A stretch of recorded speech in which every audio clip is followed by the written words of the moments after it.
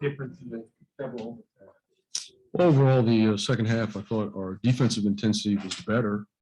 Obviously, wasn't great. They scored 157 points. But, some of the areas that we talked about before, we didn't cover. The paint defense, it's 44 points at the half, 74 for the game. You're not going to win too many games like that. They didn't hurt us from three. We talked about that at length and how they, get that, the transition, the offensive rebounds. We went small at times for, an offensive advantage, and it hurt us. There were times we were match size for size, and they outworked us. So, the points in the paint, the offensive rebounds, and then obviously second half turnovers were really, they put you at a deficit. Were you happy with your shot selection in the second half? In general, it was solid. Obviously, you're playing against a tough defense. They're going to up their pressure as we did ours. At times, we did not execute. But, in those moments, guys have to just, figure it out and make a play. But we have to make sure, down the stretch, after timeout or in the flow, that we get a good shot.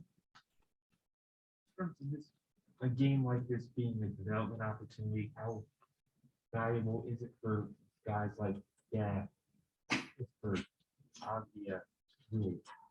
All minutes are. It's not just this game. I think, any live competition, NBA court, it's an opportunity for them to work on their craft and get that experience that they need. So it's all valuable. It's not just tonight. Playing in those crunch moments, once again, you can't simulate that. So those are important learning moments. But there's some good things. I was pleased with how we competed. We were able to stay in the game after getting down double digits. Late in the third, I think. So we gave ourselves a chance. We didn't do everything right, but we felt like we at least give ourselves a chance.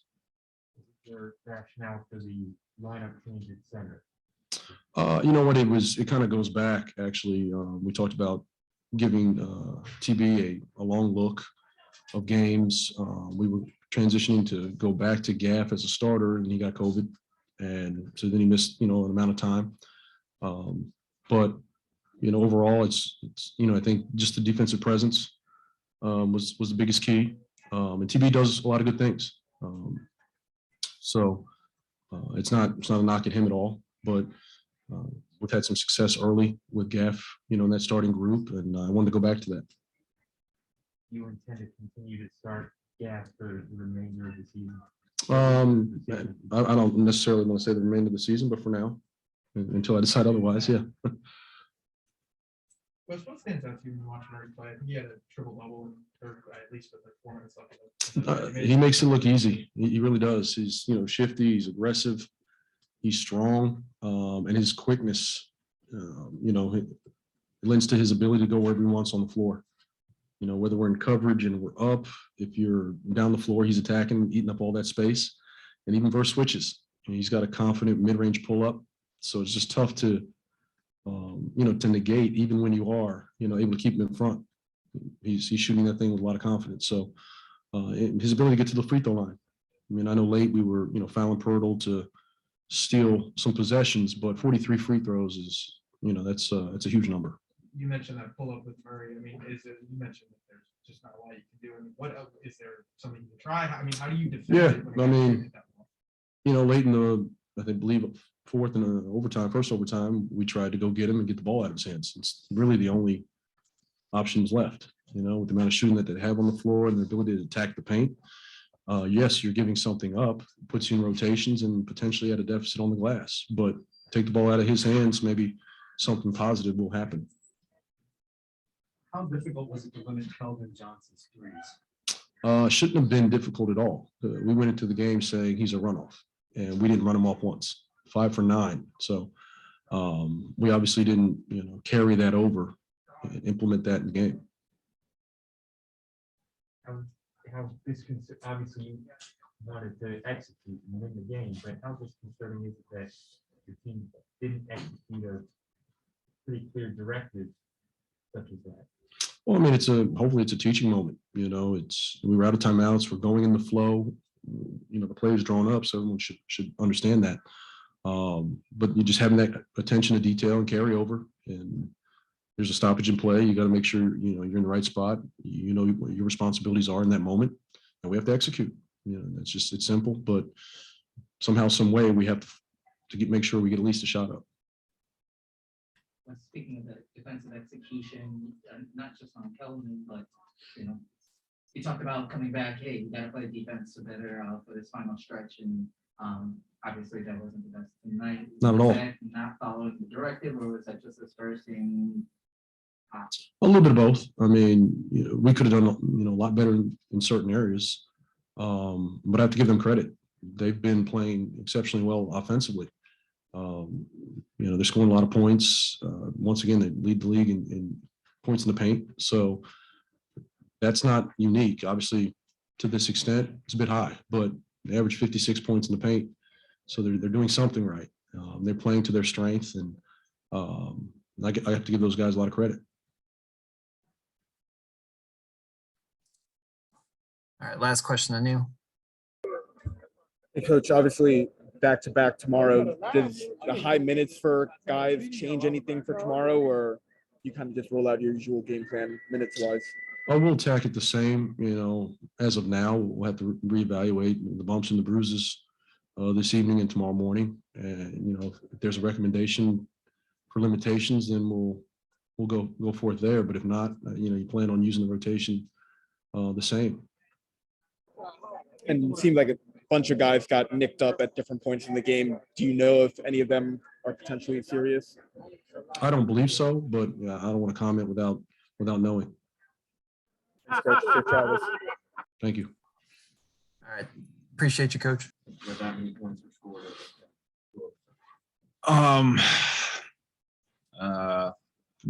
It was just a whole lot of no defense on both ends.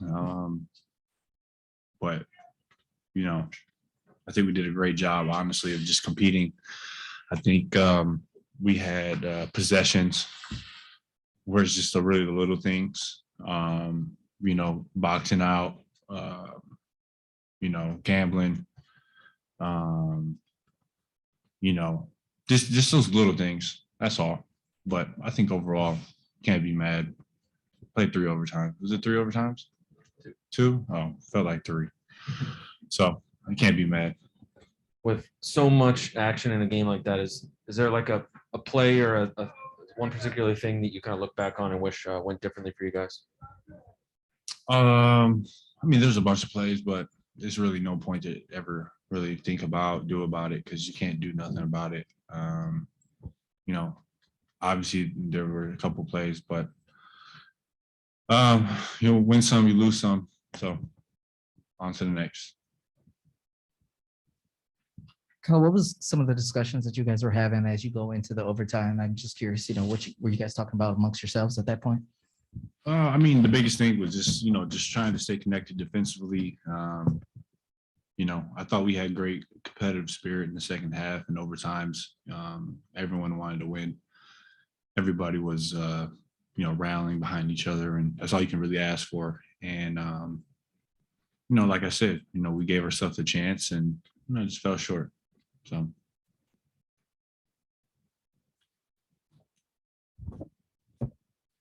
I think you said earlier this season, if you guys just shot league average from 3, there'd be a lot of games that would have gone differently. How encouraged are you by these last 5-6 games, the way you guys have shot from the outside? It's great. The 3-point line is a great equalizer in basketball. Obviously it's a big part of the game now, and you have to take and you have to make them, at a reasonable clip. So it makes the game a lot easier, puts a lot more stress on the defense.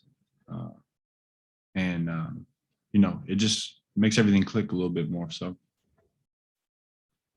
How tough will this back-to-back be as far as back-to-backs go? We'll see. Yeah, we'll see. I don't think so. We'll see.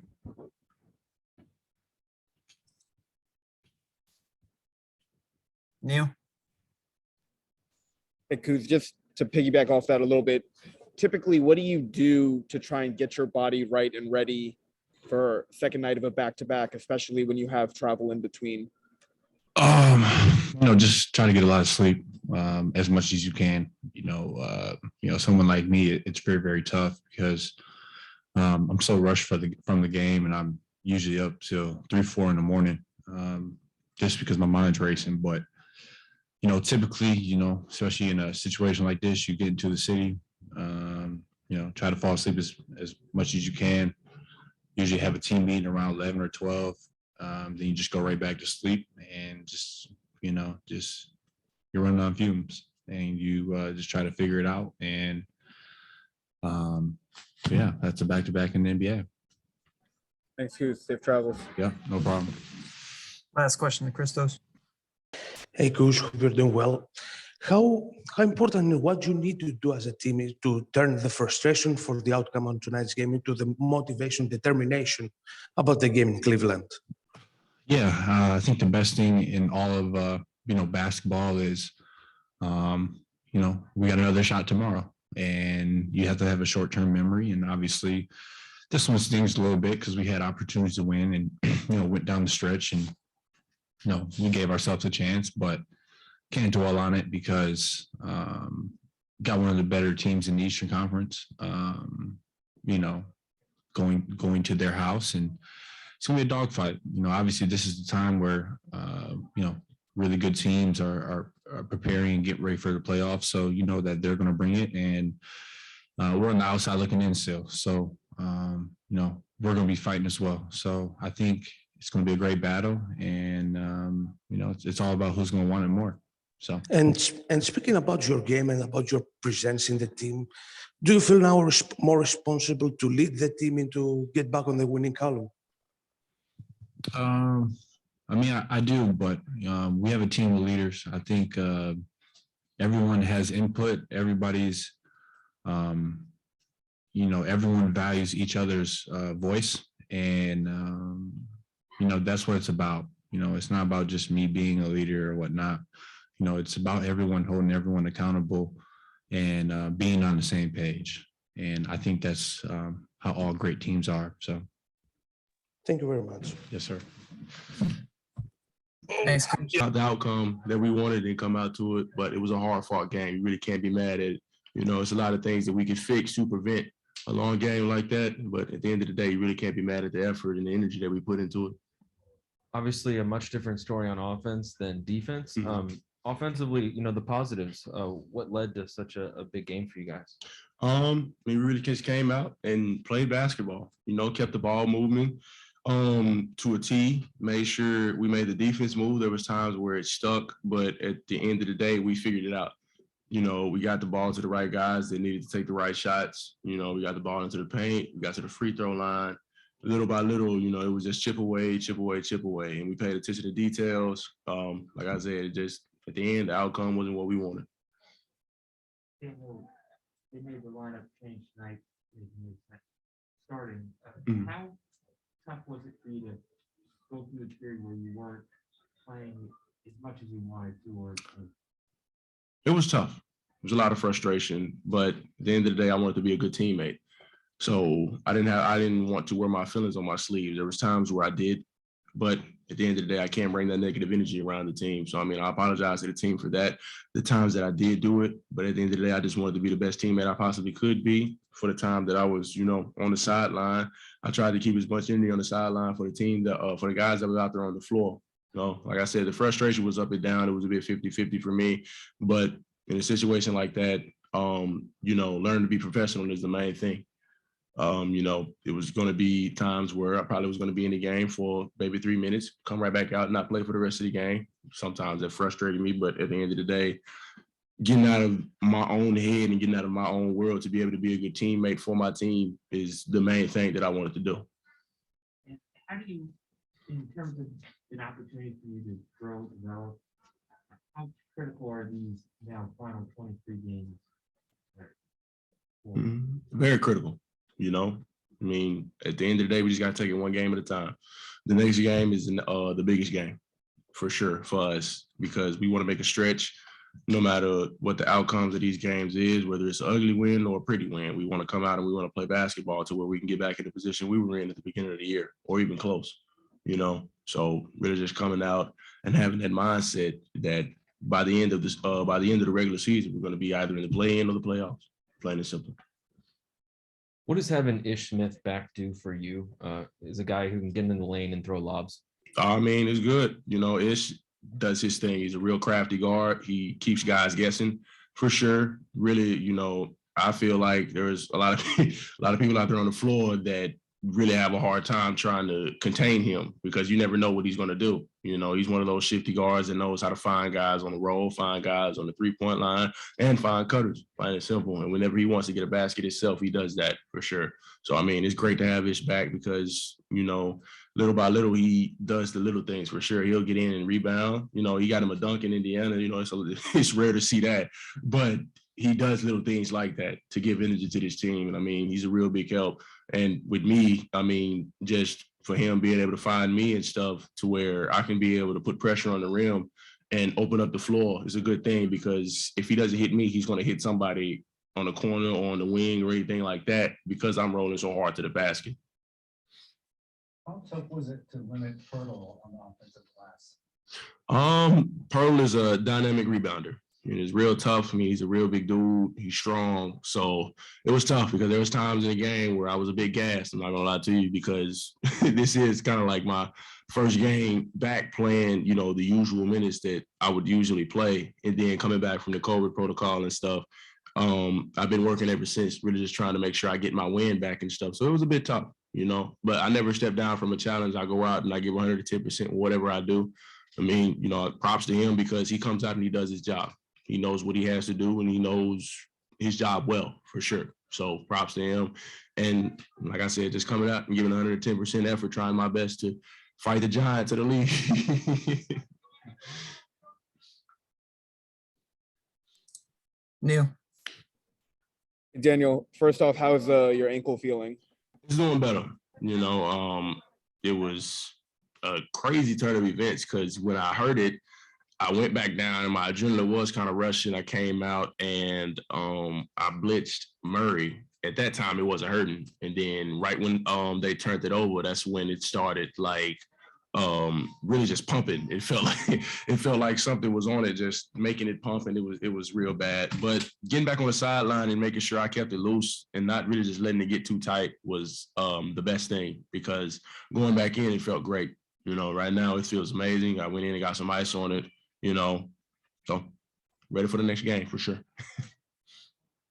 And for you, I guess, you know, during the course of the day, when do you find out that, okay, you're going to be in the starting lineup? Is that at morning shoot around? Is that right before the game?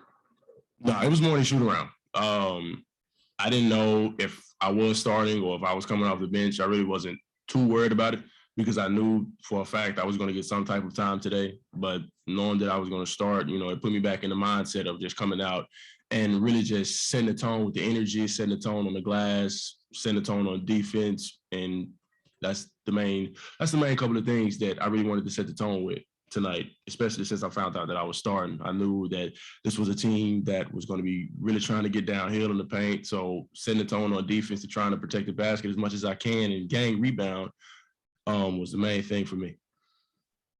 And kind of less about the game, but, you know, last couple plus weeks, what has it been like getting to know Kristaps Porzingis, and, you know, maybe has he given you any tips? No tips from him yet. But getting to know him has been real good. You know, just learn about him as a person, learn about him as a player. You know, he keeps telling me he's going to get me back from when we played Dallas and I got him off that rebound when we had that back-to-back in Dallas and stuff. He said he's going to get me back sooner or later. So I'm going to try to contest it. And if he dunks on me, yeah, he's going to for sure get me back. But at the end of the day, I'm going to try to block his shot. Thanks, Gaff. Safe travels. All right, Gaff, that's it. Appreciate your time. Bet. Yeah, have a good one.